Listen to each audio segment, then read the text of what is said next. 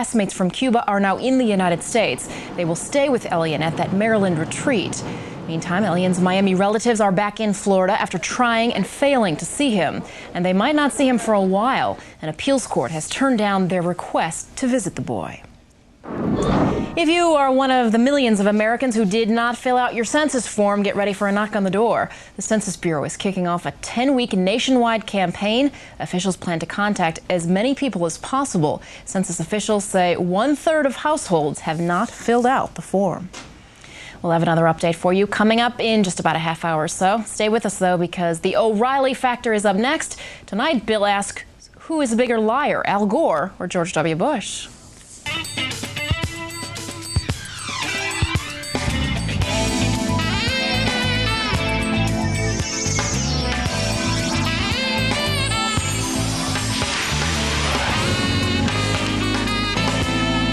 Hi, I'm Bill O'Reilly. Thank you for watching us tonight. Well, from the very beginning, the factor has stated that Elian Gonzalez, the situation was a national security issue, and now we have proof. That's the subject of this evening's Talking Points memo. There's no question that President Clinton and his advisors called all the shots in the Elian endgame. They told Ms. Reno to pull the trigger, pardon the pun, and of course she did.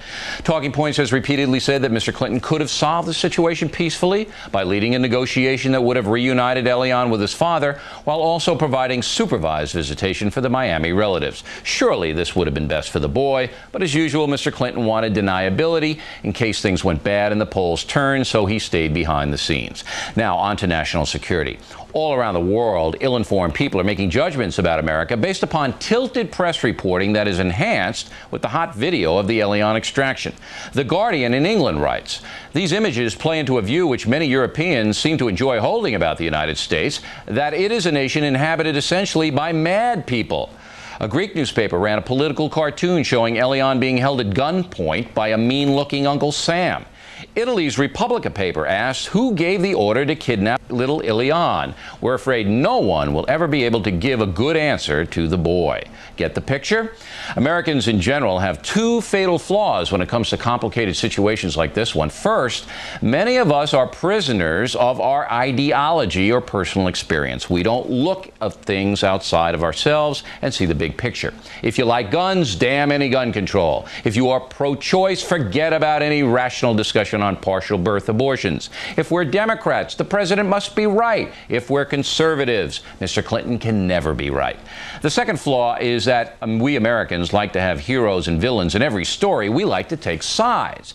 In the Elian case, both sides are putting out false propaganda. Both sides have agendas other than the welfare of the little boy.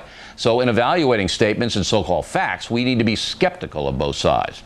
It's very hard to get the truth these days because there are brilliant people spinning every piece of information the public sees. But here are some indisputable facts about Elian.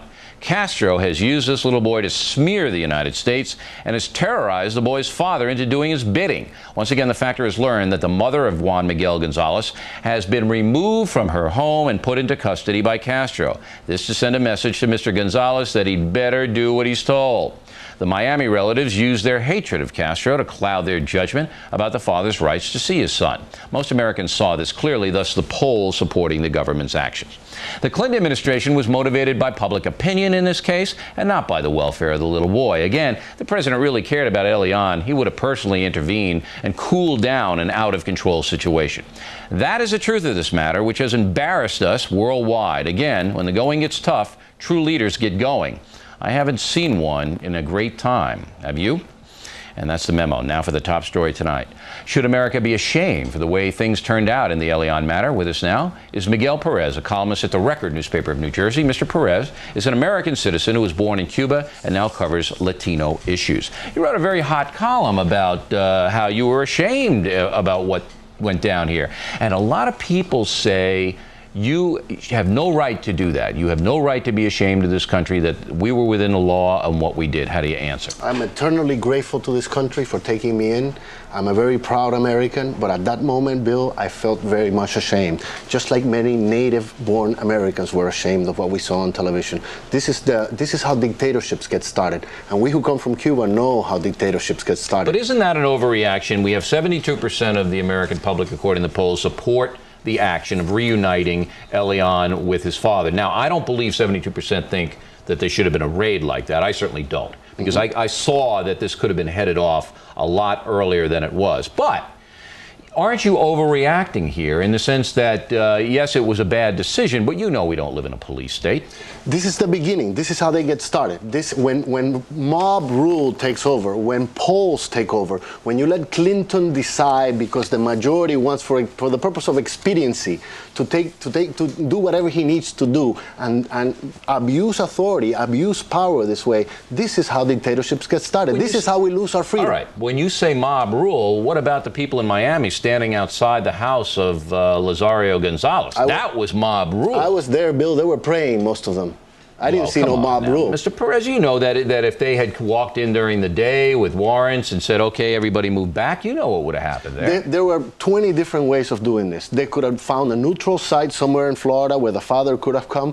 When Janet Reno came to Miami Beach and met at the nun's house, he could have come with her. The grandmothers came there. Why couldn't he come there? I mean, you know, you are a father, I'm a father. I would have swam the next day from Cuba to see my son. There's no question that Mr. Gonzalez is being run by Castro. As I said, there's no question about that. I agree. All right? But this is the complicated thing about this story. I believe that there are wrongs on both sides. See, there isn't a clear-cut hero and villain in this, but there is a clear-cut victim, Elian. So you got these two powerful guys, Castro and Clinton.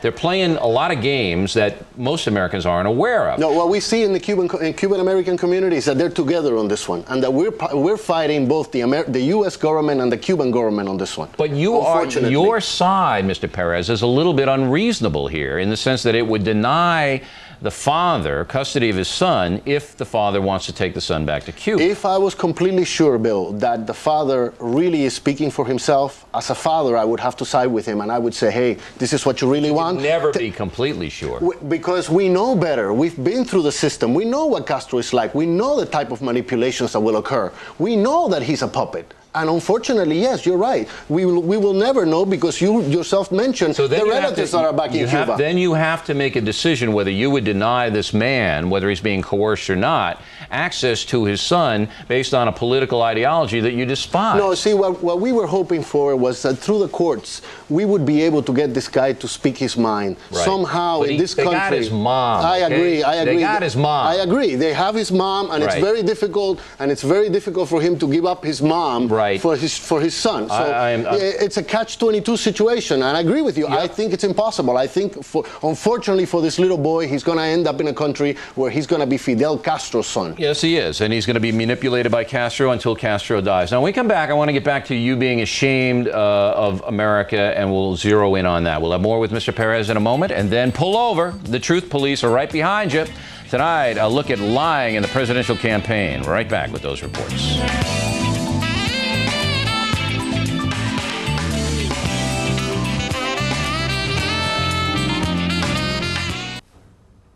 You're tired.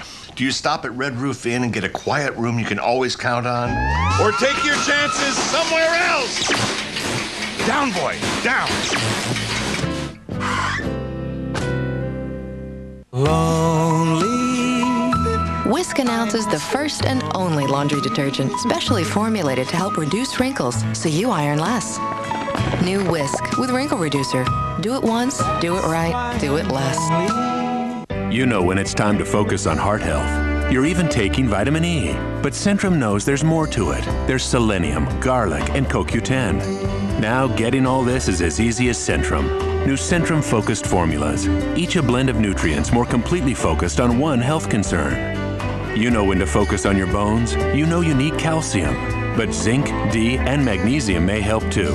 Getting all this is as easy as new Centrum focused formulas. Focused on specific health needs.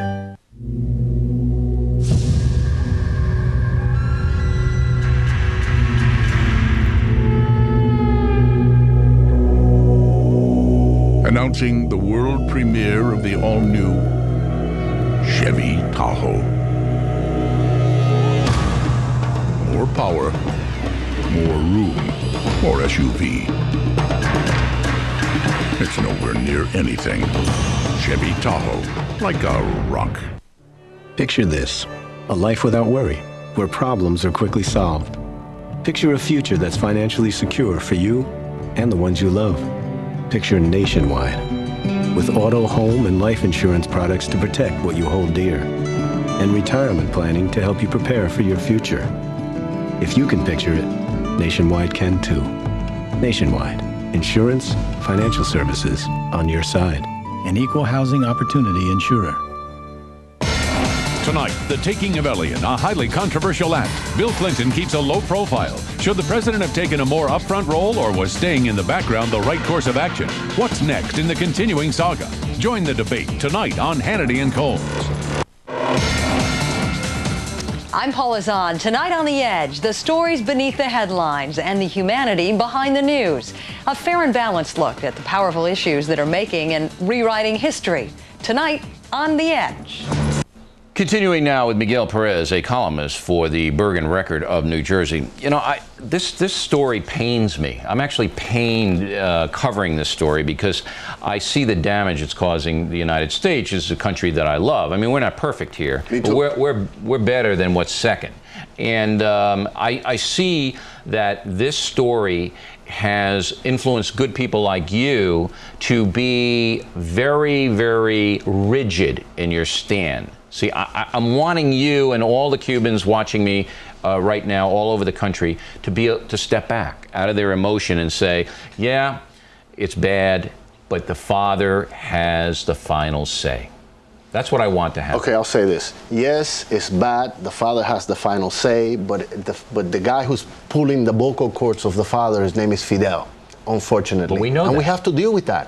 We have to deal with that. We can't ignore that. But the only way to deal with it is to deny the father the custody of his son. And you can't really do that in the human rights arena. No, that's what happened when Reno and Clinton got away with what they did. Because by pulling the kid away from the father before the May 11th hearing, they can manipulate the child. When you see his fellow classmates coming to the United States, why is that? So that they can sway him to go back with his friends. I mean, everybody knows it's a complete manipulation. Sure it is. So you see all these things happening that, you know, people should open their eyes and see that we're all being completely manipulated here. But on the other side, you can't have the family court in Miami making this decision because you know that their decision would be tainted the other way. They could have picked a jurisdiction anywhere in Florida. I agree, and that's the way Al Gore would have done it, and George Bush and Bill O'Reilly. I would have taken it out of Florida. I would have put it someplace else. And I would have let civil authorities handle the situation because of the polarization of the political process now.